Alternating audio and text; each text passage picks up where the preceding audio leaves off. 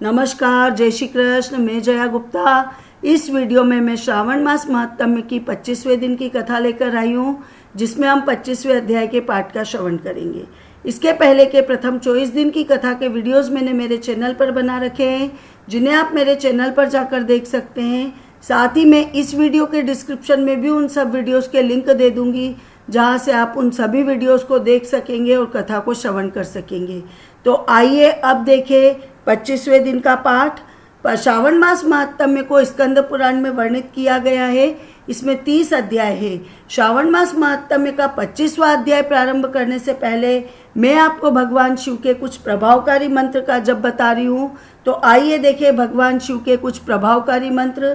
पहला शिव मंत्र है ओम पार्वती पतिये नमः। यह मंत्र भगवान शिव के साथ साथ माता पार्वती को भी प्रसन्न करता है। अतः भगवान शिव और माता पार्वती की प्रसन्नता और उनका आशीर्वाद चाहिए तो इस मंत्र का जप करते रहना चाहिए। आइए दूसरा मंत्र देखें। श्री शिवाय नमस्तुभ्यम। कहते हैं भगवान शिव भाव के भूखे होते हैं।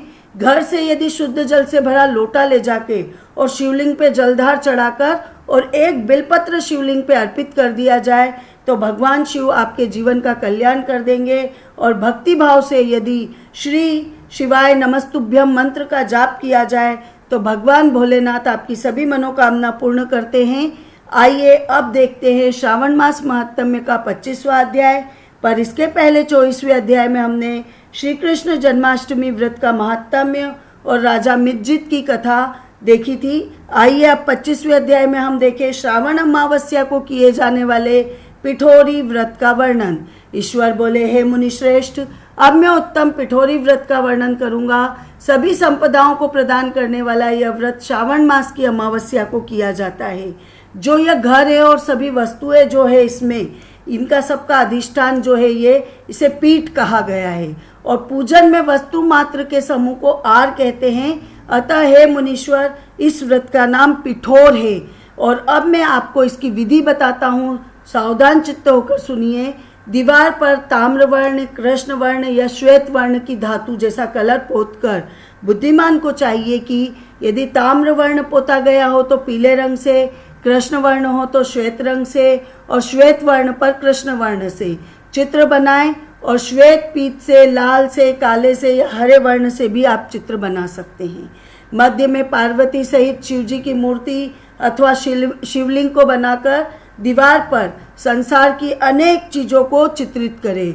चतुशाला सहित पाकालय यानी रसोई घर, देवालय, शयनागार, 7 खजाने, स्त्रियों का अंतःपुर जो महल और अट्टालिकाओं से सुशोभित हो, शाल के वृक्षों से मंडित हो, चूने आदि की से दृढ़ता से बांधे पाषाणों और ईंटों से सुशोभित हो, जिसमें विचित्र दरवाजे, छत, कीड़ा स्थान हो, इन सबको उसमें चित्रित करे दीवार पे। साथ ही वहाँ बकरियाँ, गायें, भैंस, घोड़े, ऊँट, हाथी, चलने वाला रथ, अनेक प्रकार की सवारी गाड़ियाँ, स्त्रियाँ, बच्चे, वृद्ध, जवान, पुरुष, पालकी, झूला और अनेक तरह की चीज़ें, इन सब का भी वहाँ पर चित्रण करें, उन सबको भी वहाँ अंकित करें। स्वर्ण, चांदी, ताम्र, सीसा, लोहा, मिट्टी, पीतल और भी अन्य प्रकार के विभिन्न रंग वाले पात्रों को भी वहाँ पर लिखे।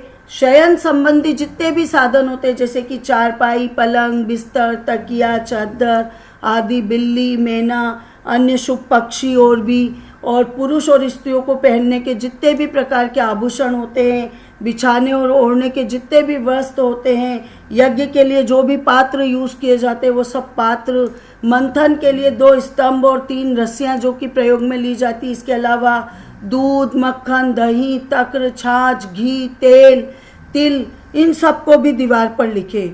गेहूं, चावल, अरहर, जौ, मक्का, वार्तनल एक प्रकार का अन्न चलता था उस समय, चना, मसूर, कुल्थी, मूंग, कांगनी, तिल, कोंदो, कातसी जैसे अन्न, सावा, चावल, उड़द जैसे धान्य वर्ग, इन सब को भी वहाँ पर चित्रित करें, इन सब के को भी वहाँ पे अंकित करें।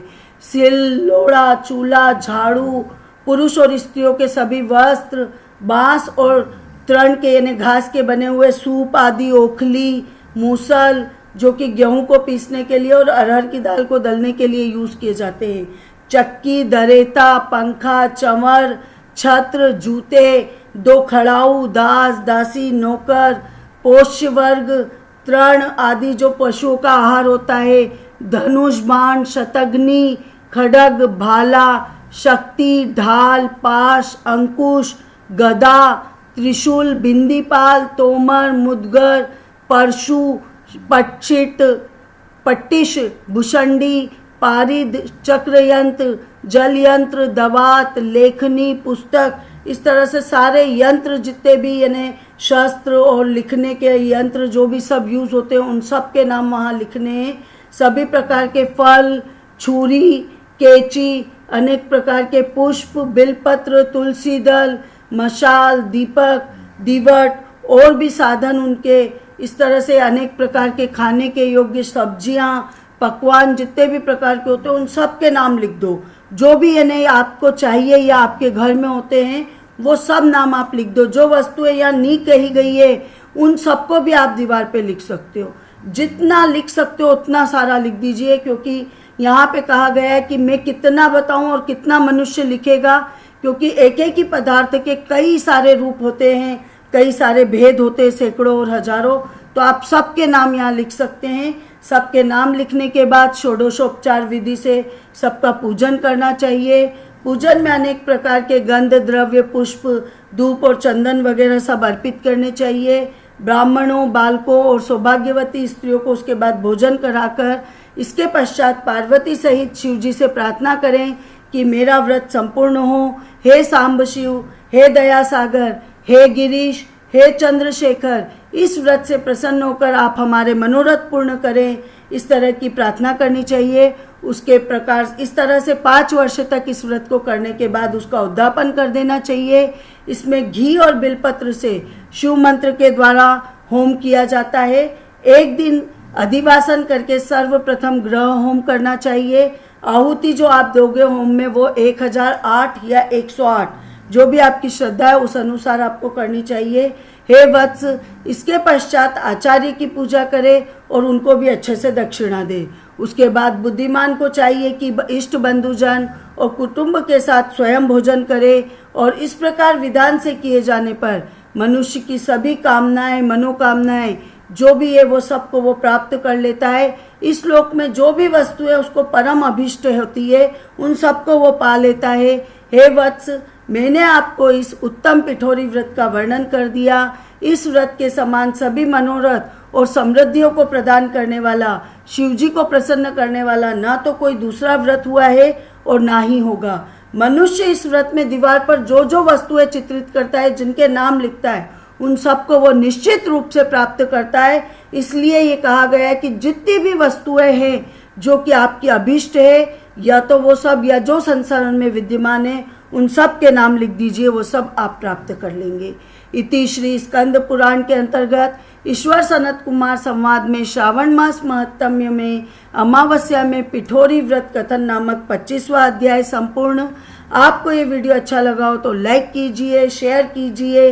अभी तक यदि आपने मेरे चैनल को सब्सक्राइब नहीं किया तो कृपया मेरे चैनल को सब्सक्राइब कीजिए, बेल आइकन को हिट कीजिए ताकि मेरे नए वीडियोस के नोटिफिकेशन आपको तुरंत प्राप्त हो। हिंदू धर्म, संस्कृति, तीज त्योहार, व्रत कथा, रीति रिवाज इत्यादि जानने के लिए मेरे साथ बने रहिए। ओम नमः शिवाय। जय श्री कृष्ण।